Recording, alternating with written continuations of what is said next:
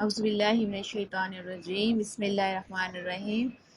آج میں آپ کو بتاؤں گی گلزار اردو برائے 12ویں جماعت کی کثیر الانتخاب۔ ٹھیک ہے میرے بچوں، سیکنڈ ایئر کلاس یہ آپ کے لیے ہے ایم سی کیوز، اور آپ کو یاد کر کے جانا ہے۔ ٹھیک ہے، جو سب سے پہلا جو ہمارا ایم سی کیوز ہوگا وہ سیرت محمدیہ کی جامعیت ہے، جو ہماری کتاب سیکنڈ ایئر کی جو فرسٹ لیسن ہے۔ ٹھیک ہے، یہ اسی کے متعلق ہم پہلی جو ایم سی کیو سے وہ بتائیں گے کہ سیرت محمدیہ کی جامعیت ان کی تحریر کرتا ہے۔ تو کون ہے ان کے رائٹر؟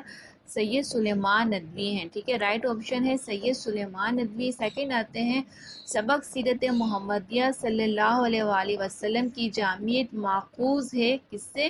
خطبات مدراس سے۔ ٹھیک ہے، خطبات مدراس میں کل کتنے خطبے ہیں؟ تو 8 خطبے ہیں۔ ٹھیک ہے، سید سلیمان ندوی بنیادی طور پر تھے افسانہ نگار، ڈرامہ نگار یا عالم دین؟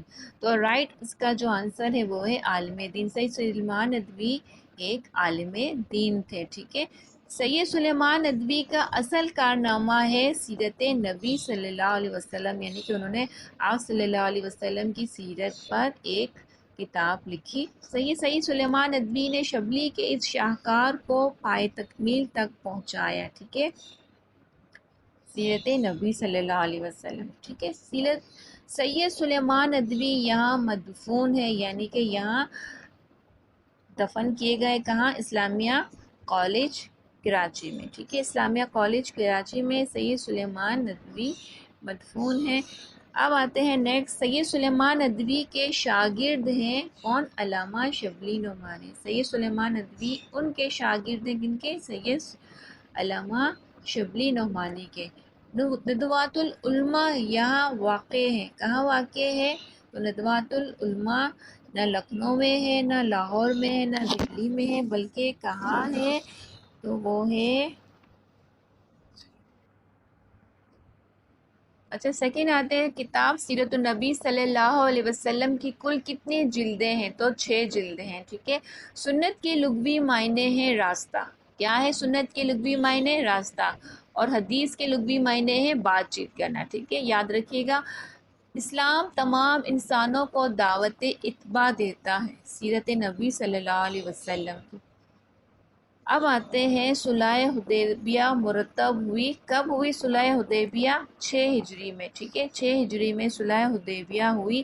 ابو سفیان نے رسول اللہ صلی اللہ علیہ وآلہ وسلم کے بارے میں جو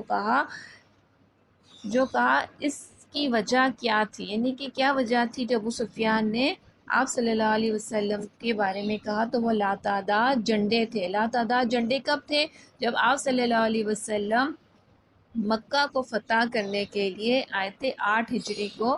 جب 8 ہجری کو آپ صلی اللہ علیہ وسلم اپنے تمام صحابہ کے ساتھ مکہ کو فتح کرنے کے لیے آئے تھے، تو ابو سفیان نے جب اتنا بڑا اسلامی لشکر دیکھا تو پھر اس نے آپ صلی اللہ علیہ وسلم کے بارے میں کہا کہ یہ بہت بہترین نبی ہیں۔ ٹھیک ہے، جو اس کے اطاعت میں بہت سارے صحابی ہیں۔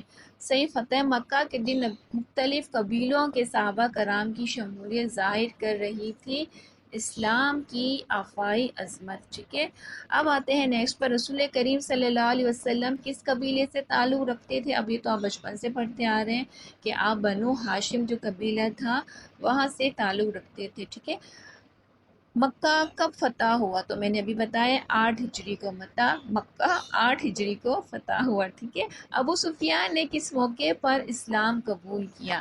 تو ابو سفیان نے جب مکہ فتح ہوا تو جب اس نے اتنا بڑا لشکر دیکھا، ٹھیک ہے، مسلمانوں کا، تو پھر اس نے اسلام قبول کر لیا۔ ٹھیک ہے، اب آتے ہیں نیکسٹ ایم سی کیوز پر، تو وہ ہے سیکنڈ جو ہمارا سبق ہے عالمگیر کا انصاف۔ ٹھیک ہے، عالمگیر کا انصاف ان کی تحریر کرتا ہے، تو کن کی تحریر کرتا ہے؟ علامہ شبلی نعمانی کی۔ عالمگیر سبق کہاں سے ماخوذ ہے؟ عالمگیر پر ایک نظر۔ ٹھیک ہے، یہ اردو کے پہلے فلسفی مورخ ہیں، تو آپ بتائیں گے علامہ شبلی نعمانی اردو کے پہلے فلسفی مورخ ہیں۔ علامہ شبلی نعمانی کی سب سے مشہور کتاب کا نام ہے سیرت نبی صلی اللہ علیہ وآلہ وسلم۔ علامہ شبلی نعمانی نے یہ ادارہ قائم کیا تو کون سا ادارہ قائم کیا؟ ندوۃ العلماء۔ مامون فاروق اور سیرت النعمان اس عظیم مورخ کی کتاب ہے۔ اب آپ مورخ کسے کہتے ہیں؟ مورخ اسے کہتے ہیں جو تاریخ لکھتا ہے، ٹھیک ہے، جو تاریخ لکھتا ہے اس کو مورخ کہتے ہیں۔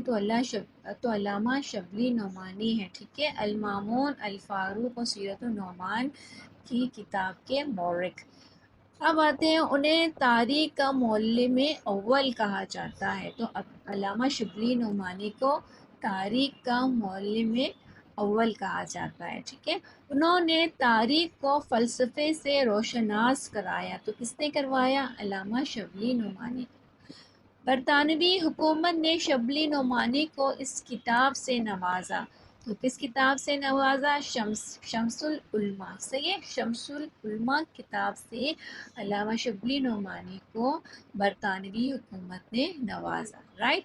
اب آتے ہیں سیکنڈ پر، شبلی نعمانی کے انتقال کے بعد سیرت النبی صلی اللہ علیہ وآلہ وسلم کی باقایا جو جلدیں تھیں جو رہ گئی تھی ادھوری، ان کو مکمل کیا ان کے جو شاگرد تھے سید سلیمان ندوی، ٹھیک ہے، سید سلیمان ندوی نے آپ شبلی نعمانی کی جو سیرت النبی کی جو باقایا جو جلدیں تھیں ان کو کمپلیٹ کی۔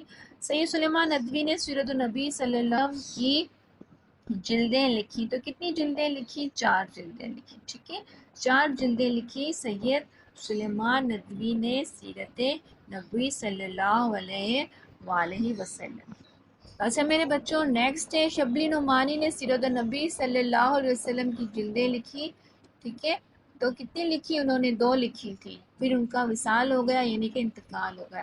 اس برطانوی مشترک نے عالم گیر کو عدل کا دریائے عظیم کہا، تو کس نے کہا؟ لین پول نے دریائے عظیم کہا، ٹھیک ہے، عالمگیر کو۔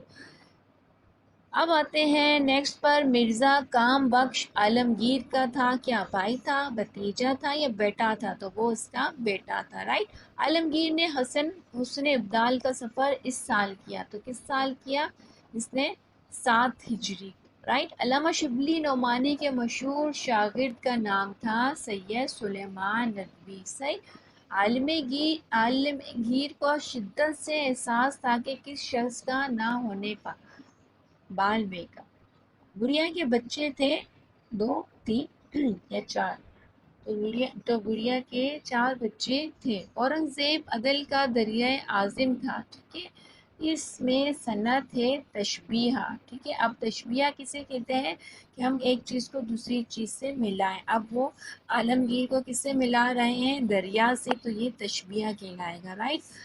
اب آتے ہیں الفاظ شان و شوکت، عیش و عشرت، جاہ و جلال میں ترکیب عطفی، تو عطفی اس کا رائٹ آپشن ہے۔ اب آتے ہیں نیکسٹ، عالمگیر دن میں کتنی دفعہ دربار عام کرتا تھا، ٹھیک ہے، یعنی کہ اپنا دربار کھولتا تھا لوگوں کے لیے، تو 2 سے 3 بار، دن میں 2 سے 3 بار وہ لوگوں کی فریاد سننے کے لیے اپنا دربار کھولتا تھا، صحیح۔